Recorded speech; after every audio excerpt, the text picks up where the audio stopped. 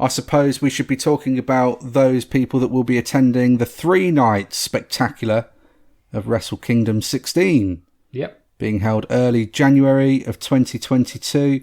We were talking about this a couple of weeks ago, that they'd moved it to 3 nights. And now, after last night's press conference from New Japan Pro Wrestling, we understand why it's been moved to 3 nights. Yeah, the third night is going to be New Japan versus Noah. Big news, this. Yeah. This is going to be huge. The real Forbidden Door. This is, or to be honest, this is a really... They have worked, they've done stuff in the past. Yeah. There has been there is a history. I mean, there was a time when when Japan would have like, was it World Peace Festival or something like that? And they would have every single promotion have a match. And that's awesome. Yeah.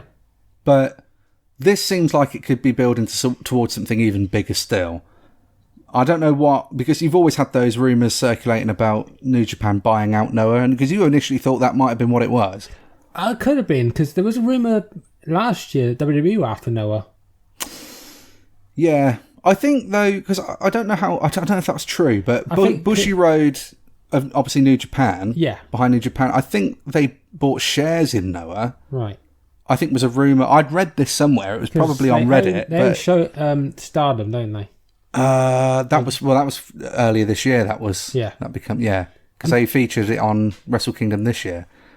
I don't know. I don't know if that's going to go anywhere else, but the actual event itself is going to take up the entire third night, which is going to be on January the 8th, and it's being held at the Yokohama Arena.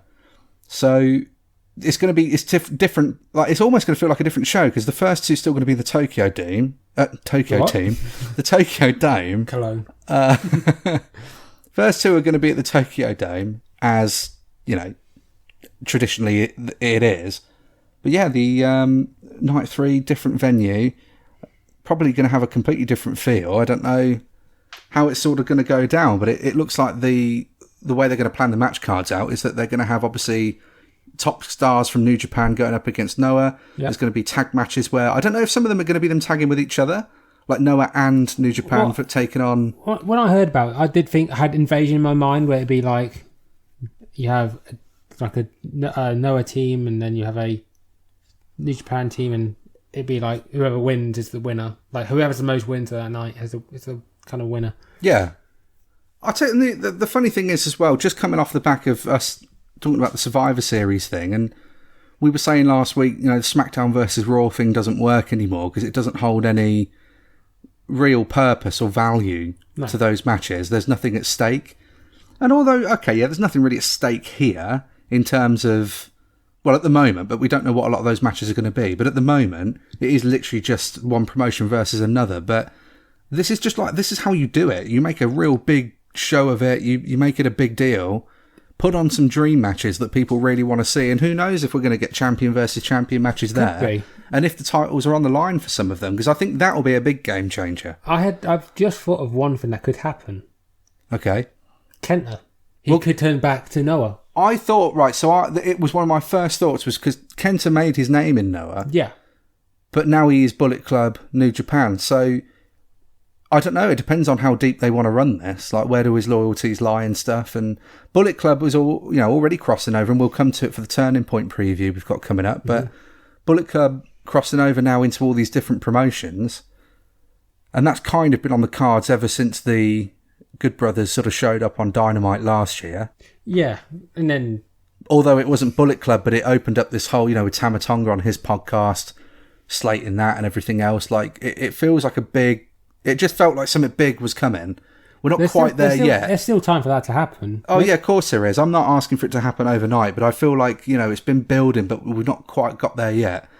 And now we're going into the Noah route, and Kenta's going to play a role with Bullet Club and then Noah, and there's all that history there. It's just so many threads, isn't it? And it writes itself, and that's the best kind of story sometimes when... if you know kind of situation, isn't it? Yeah, I'm not sure. I'm sure there's more people that were Noah before New Japan, or there'll be New Japan and Noah now. Yeah. There's All Japan still around.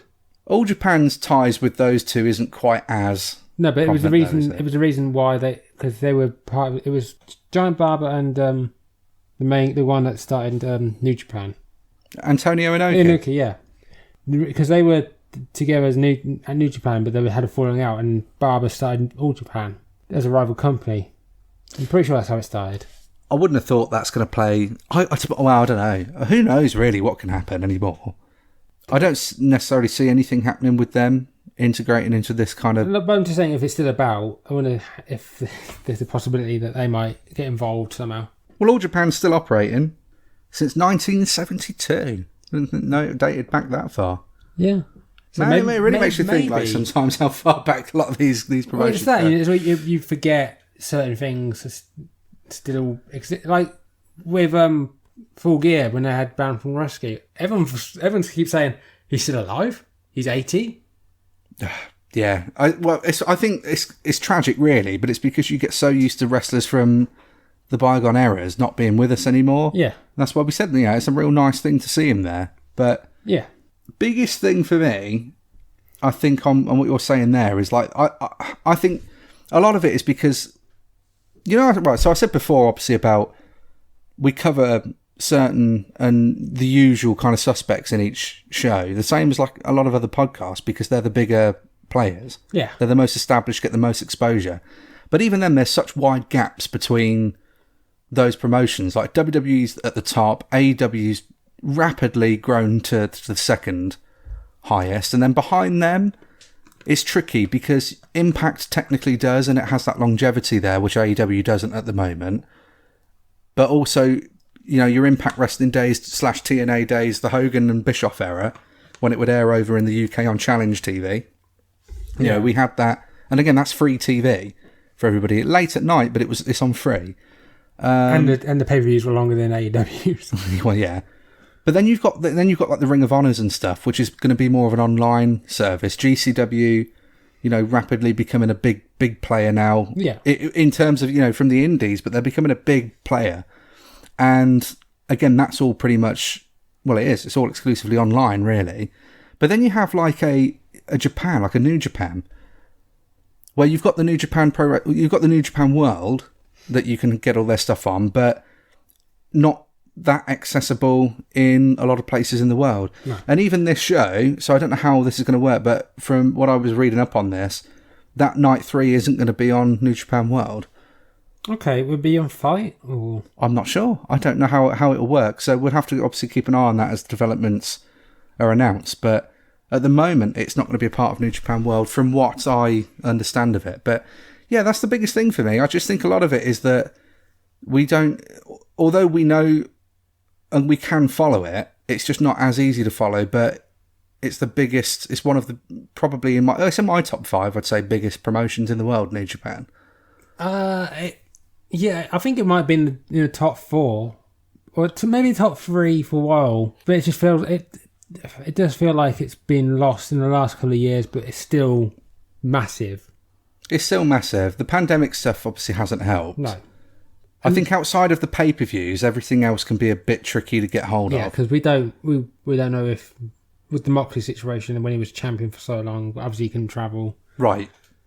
And then, of course, then New Japan Strong. Yeah. There's a lot there. There's a lot out there. It's just, it's not all of it is as easy to get your hands on, basically. But I suppose, speaking of New Japan Strong, we said we was going to talk about Chris Dickinson. 3 men, 1 ball.